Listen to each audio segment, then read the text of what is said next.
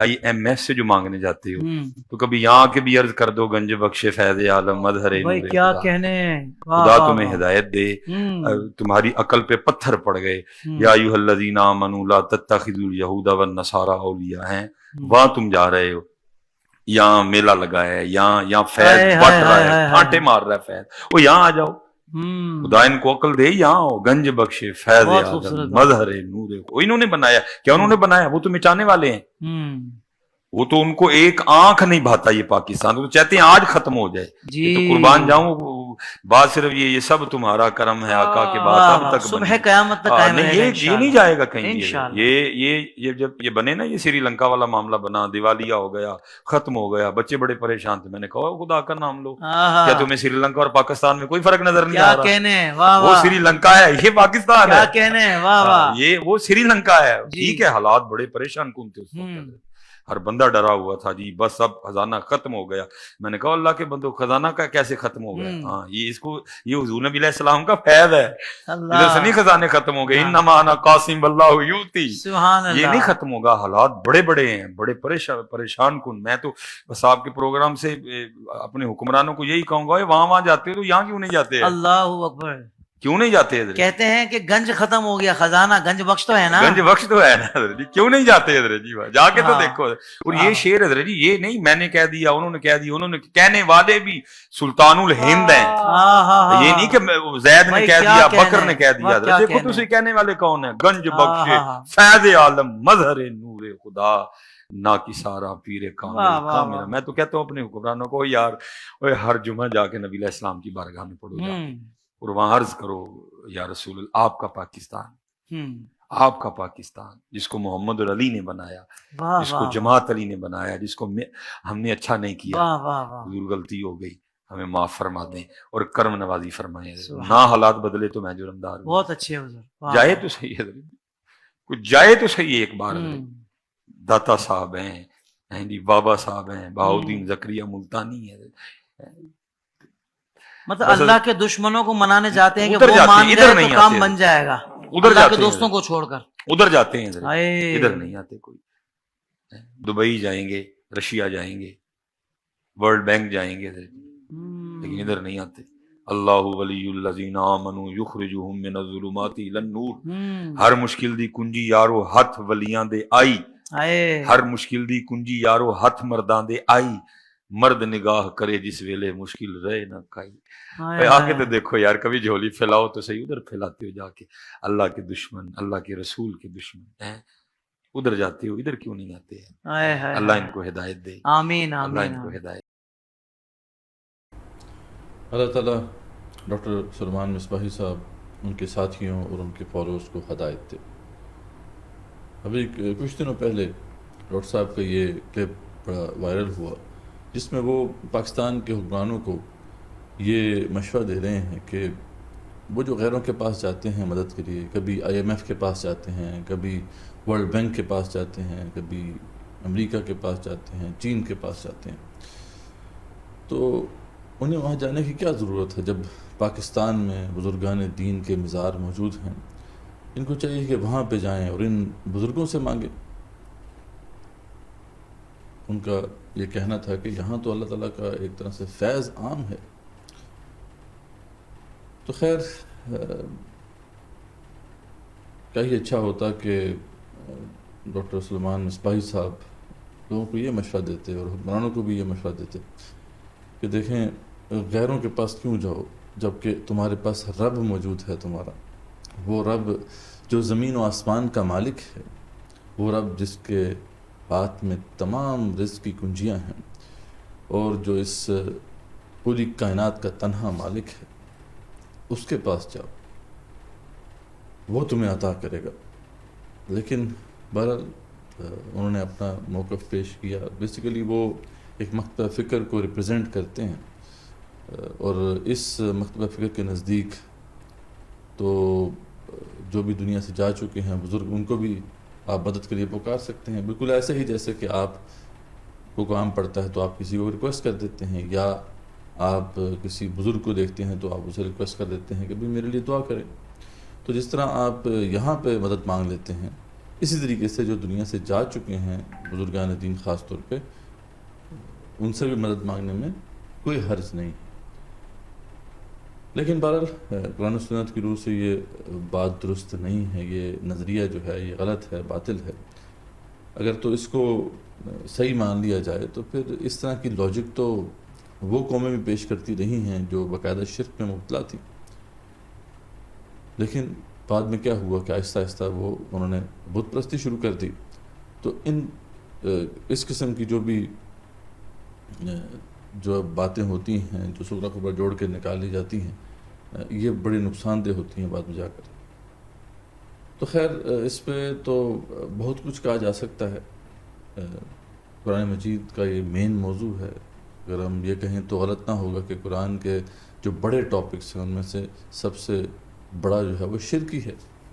یعنی شرک کو ختم کرنا یہ ہر نبی اور ہر رسول علیہ السلام کے مشن کا حصہ تھا، اور اسی طریقے سے رسول اکرم صلی اللہ علیہ وسلم بھی اسی مشن کو لے کر آئے تھے. اور یہ کیسے ہو سکتا ہے کہ اس طرح کے جو معاملات ہیں وہ زیر بحث نہ آئے ہوں قرآن میں، یا کچھ ایسی گنجائش موجود ہو جس میں کچھ ڈفرینس اوپینین جو ہے کیا جا سکتا ہے. اکثر یہ بات کی جاتی ہے کہ دیکھیں آپ کی بھی تو ایک تعبیر ہے، ایک انٹرپریٹیشن ہے، اس طریقے سے دوسرے لوگ بھی تعبیر کر رہے ہیں اور انٹرپریٹیشن کر رہے ہیں، تو آپ ان کو کیوں نہیں ایکسیپٹ کرتے؟ ان کو کم سے کم جو ہے آپ کو ایک روم تو دینا ہوگا. لیکن ایسی بات نہیں ہے. قرآن مجید نے ان نظریات کو بالکل جو ہے کلیئر کر دیا ہے. اس حوالے سے دو مقامات ہی ہم دیکھیں گے. ایک جو ہے مقام سورہ فاطر کی آیات 13 سے لے کے 15 تک ہے، اور دوسرا مقام جو ہے سورہ احقاف کی آیات ہیں. تو دیکھتے ہیں کہ اللہ رب العزت اس حوالے سے کیا فرماتے ہیں. کیا کوئی گنجائش بنتی ہے جیسا کہ یہ نظریہ پیش کیا جا رہا ہے؟ تو اللہ فرماتے ہیں اعوذ باللہ من الشیطان الرجیم یولج اللیل فی النہار ویولج النہار فی اللیل. اللہ تعالیٰ فرماتے ہیں وہ رات کو دن میں اور دن کو رات میں داخل کرتا ہے. وسخر الشمس والقمر، اور اسی نے مسخر کیا ہے سورج کو اور چاند کو. کل یجری لاجل مسمى، یہ سب کے سب جو ہے ایک میعاد معین ہے، ایک سیٹ اینڈ ہے جس کی طرف جا رہے ہیں، سب کو ختم ہونا ہے.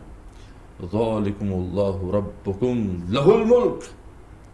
سبحان اللہ. اللہ تعالیٰ یہاں پر اپنی قدرت بیان کر کے فرماتے ہیں کہ دیکھو یہ ہے تمہارا اللہ رب، اس لیے جان لو کہ اسی کی ملکیت ہے، اسی کی بادشاہت ہے. سب کی سب بادشاہت جو ہے اس کا مالک وہی ہے. ظاہری بات ہے پھر اسی کو پکارنا بنتا ہے نا. تو اللہ فرماتے ہیں والذین تدعون من دونہ،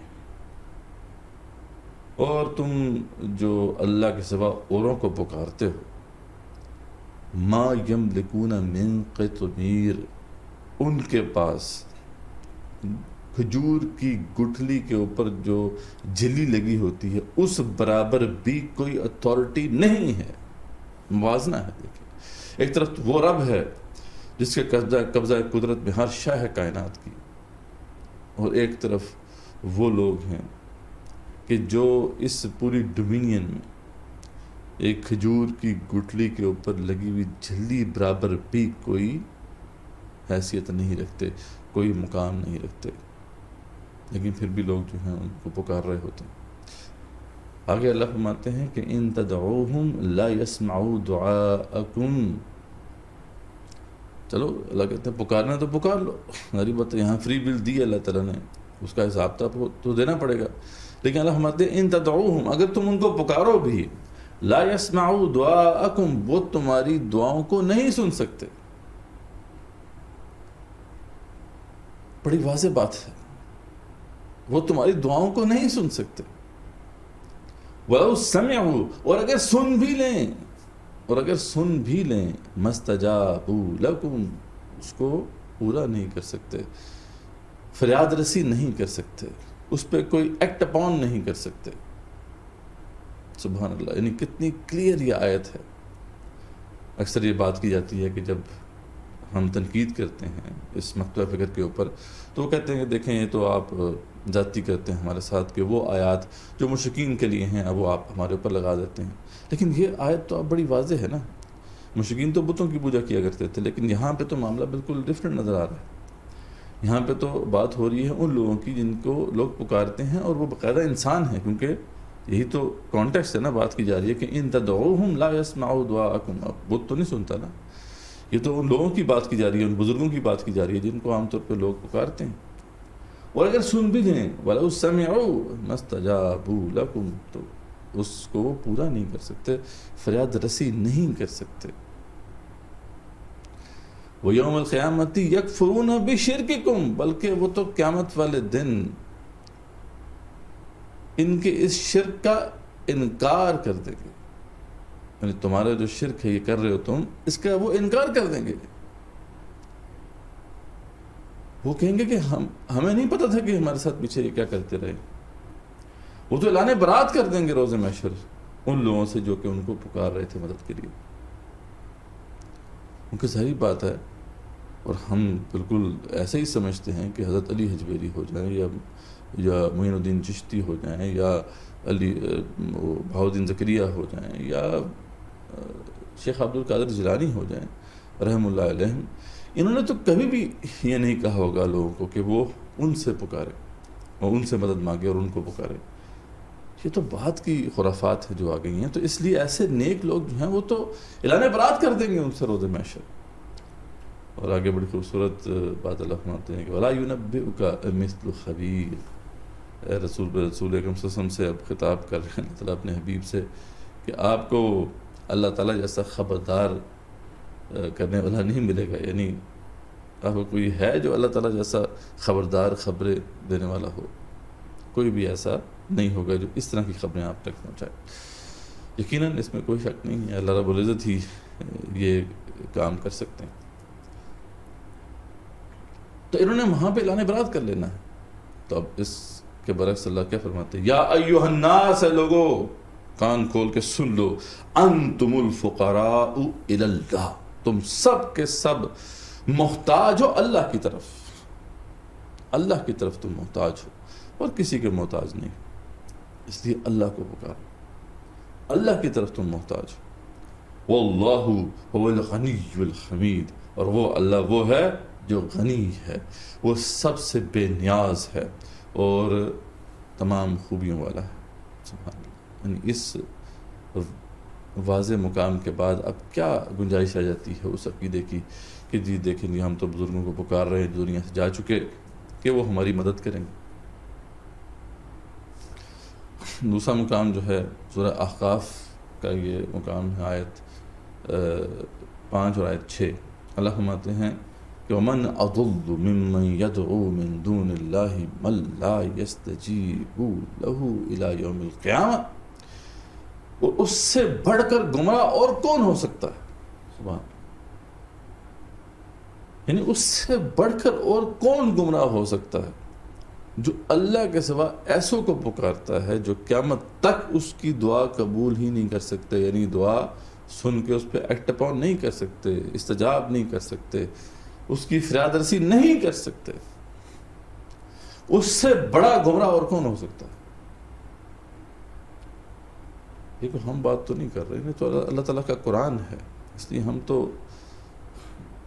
ایک دعوت حق پیش کرتے ہیں ڈاکٹر سلیمان مصباحی صاحب اور ان کے مختلف فکر کو، اور جو بھی ان کو فالو کر رہے ہیں لوگ ان کو، کہ کیوں پھر لوگ خود بھی ان کو پکار رہے ہیں کہ جو دنیا سے جا چکے، اور سب کو بھی اس طرف ترغیب دلا رہے ہیں کہ وہ بھی ایسا کریں کہ قیامت تک ان کی دعا جو ہے اس کو قبول کر کے اس پہ کچھ کام نہیں کر سکتے. وَهُمْ عَنْ دُعَائِهِمْ غَافِلُونَ، بلکہ ان کے پکارنے سے تو یہ خود بے خبر ہوں. یعنی یہ جو لوگ جن کو یہ پکار رہے ہیں وہ تو خود بے خبر ہیں ان کی پکار سے. ان کو کیا پتہ کہ اس کو پکار رہے ہیں. اور وہی بات جو پہلے ہم نے کی، وَإِذَا خُشِرَ النَّاسُ كَانُوا لَهُمْ أَعْدَاءً وَكَانُوا بِعِبَادَتِهِمْ كَافِرِينَ. اور جب لوگوں کو جمع کیا جائے گا نا روز محشر، تو یہ ان کے دشمن بن جائیں گے. یہ جن کو یہ پکار رہے ہیں غوث کہہ کے، داتا کہہ کے، اور ان کا یہ گمان ہے کہ یہ بزرگان دین کچھ ان کی ہیلپ کریں گے. اللہ فرما رہے ہیں کہ یہ لوگ جو ہیں یہ روز محشر ان کے دشمن بن جائیں گے.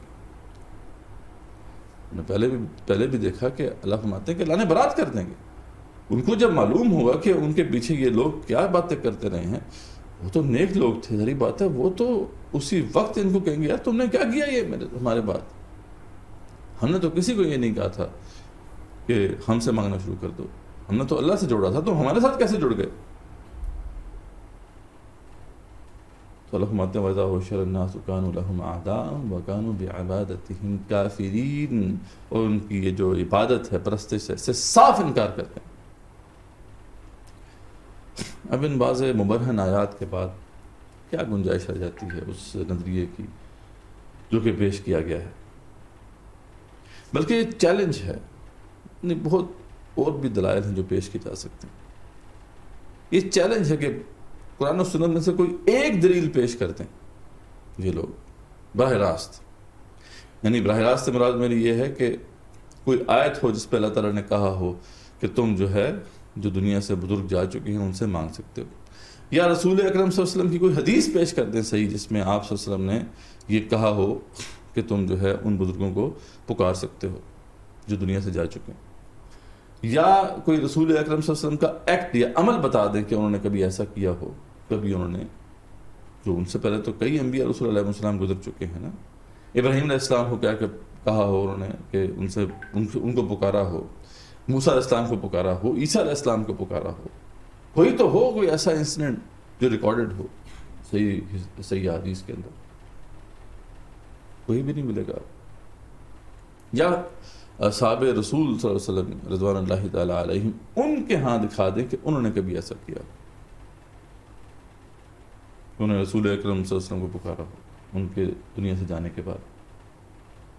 کوئی دلیل نہیں ہے. لے دے کے جو اگر آپ دیکھیں گے ان کا لٹریچر اگر اس کا مطالعہ کریں گے تو یہ عالم برزخ سے متعلق کچھ آیات ہیں اور کچھ احادیث ہیں، ان کو بنیاد بنا کر صغرا کبرا جوڑ کر انہوں نے یہ نظریہ بنا لیا ہے کہ جی ہم ان جو دنیا سے جا چکے ان کو پکار سکتے ہیں. حالانکہ جو عالم برزخ کی بات کی جاتی ہے بے شک اس میں کوئی شک نہیں ہے، وہ ایک پوری دنیا ہے، اور اس میں جب انسان یہاں سے منتقل ہوتا ہے تو وہ کسی نہ کسی طریقے سے اس دنیا سے کنیکٹڈ رہتا ہے. جیسے کہ آتا ہے کہ جب میت کو دفنانے جاتے ہیں لوگ تو وہ جو مر چکا ہے وہ ان کی قدموں کی آہٹ سنتا ہے. صحیح حدیث میں یہ ذکر موجود ہے اس طرح کا، اور اس طرح کی اور بہت سی حدیث ہیں جس سے یہ ثابت ہوتا ہے کہ اس کا کنیکشن اس دنیا سے کچھ نہ کچھ رہتا ہے. لیکن یہ کہاں سے اخذ کر دیا گیا کہ یہاں کے لوگ جو ہیں ان کو ایسے ہی پکار سکتے ہیں جیسے کہ آپ دنیا میں زندہ لوگوں کو پکار سکتے ہیں؟ اصل بات جو ہے اس حوالے سے اللہ نے ایکسپلین کر دی ہے کہ جو تم پکارتے ہو تو وہ نہیں سن سکتے، اور اگر سن بھی لے تو اس کے اوپر کچھ کر نہیں سکتے. تو جو اللہ کی بات ہے اس کو ہم ایکسیپٹ کریں گے، یا پھر ان لوگوں کی بات جو کہ کسی ایویڈنس کی بنیاد پر نہیں ہے، نہ تو ان کے پاس مشاہدہ تو ہو ہی نہیں سکتا، مشاہدہ تو ہے نہیں ہے، نہ ہی کوئی ایسی دلیل ہے جو کہ پیش کر سکتے ہیں. تو اس طریقے سے اپنے پاس سے ایک مبہم چیز کو اس طرح جو ہے استخراج کے ذریعے سے واضح کرنے کی کوشش کرنا، یہ اس سے گمراہی پھیلتی ہے اور اس سے کچھ حاصل نہیں ہوتا.